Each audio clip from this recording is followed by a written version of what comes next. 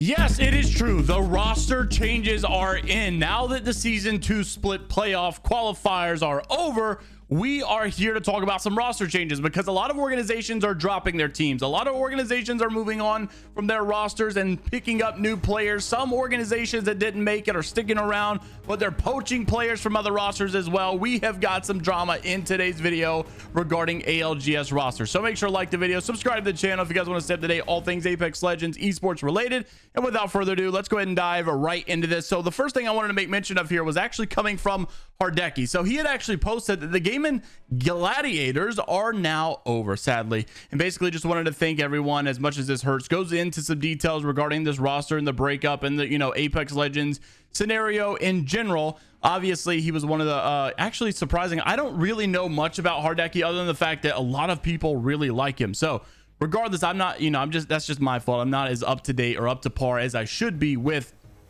a lot of these rosters regarding the EMEA side, more so the NA side, but I'm getting better with the EMEA side. Now let's talk about what the next move for Hardeki is. So breaking news coming from Tech. He had posted trying out new thirds this week with Lux during oversight. Fell victim to, listen to this, a potential poach once again. You guys may already know they lost Zainu, which was their player on the Meat Lovers, who went to Dark Zero. Dark Zero popped off and won with Zainu. Zainu, them #1 ranked guy in the world for a while. Zainu's career has just gotten better and better since getting poached from the Meat Lovers. Nonetheless, you could say that Tech is a one heck of a guy for scouting talent.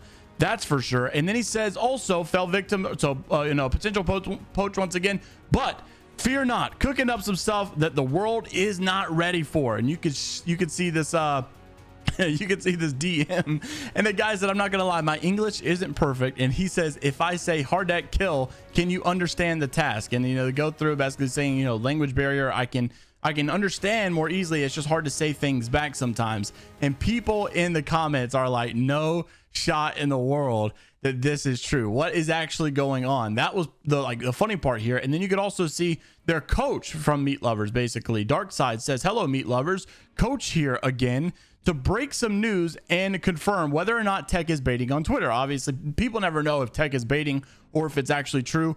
Funk, yes, has been poached, unfortunately, to go try out for wildcard, and we told him that if he did, he would be off the team. Hardeki is also real. We will be trying him out this week in oversight. So seems like that's actually going to be happening, and what an interesting turn of events that we did not see going on. Madness also had to jump in the conversation here, obviously, that he's now been involved in here with the wildcard roster.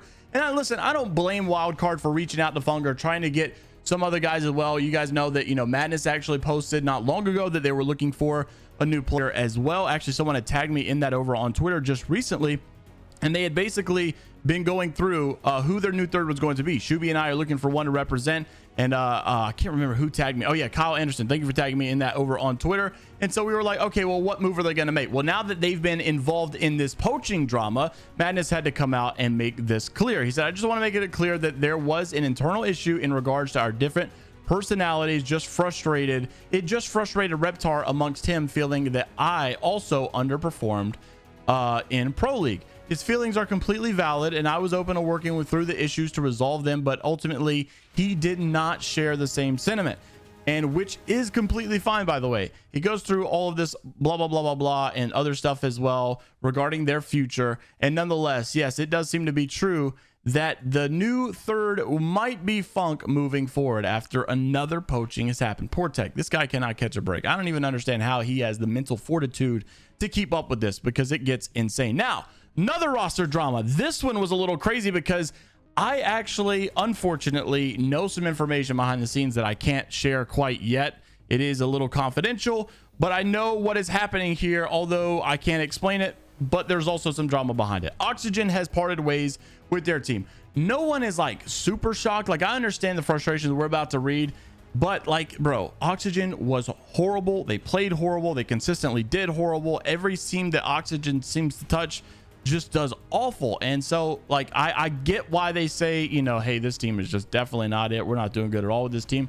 But on the flip side of this, I understand the pro player frustrations here. So Enemy was actually a member on this team, and he responded later, nerds, and everybody's like, oh, yo, you need to get like a PR guy. You should not be doing this. This is not good for, you know, a future brand to go into, or a future org. RKN also had said scumbags here. Nocturnal also jumping in saying that Oxygen try to stay with the team more than 3 months challenge impossible. Sykes also saying that this is an L org.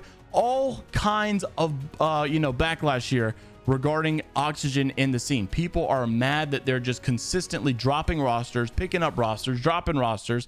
Like, I understand they want results at the end of the day, but there's also like what happened to back in the day when there was that, like, you know, personal backing where it's like, no, dude, we really believe in you guys. Like now it's just like, you know, it's so much on the investment side, which I totally get. You need to return, and I totally get it.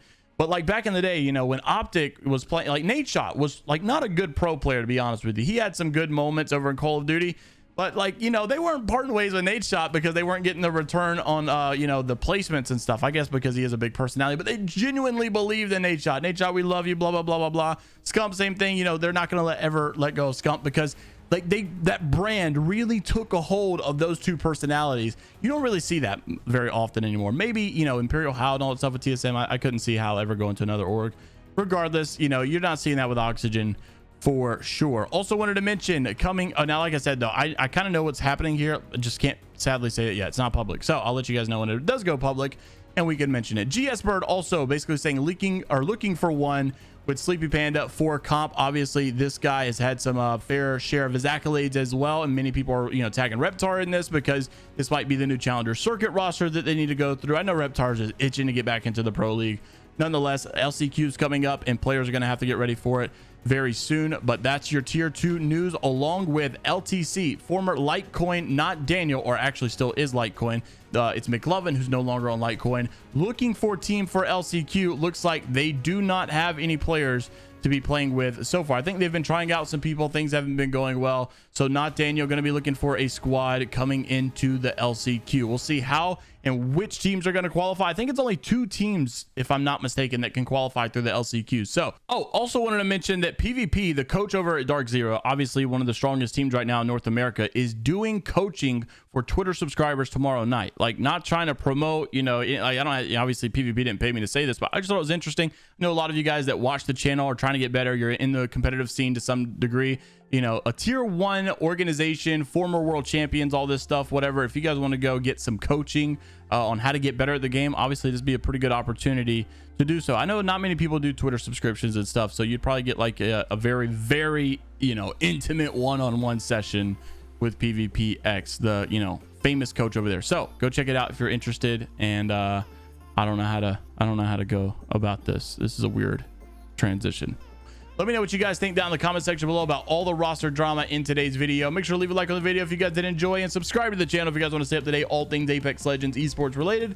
And until the next time, I will see you all later, Gators.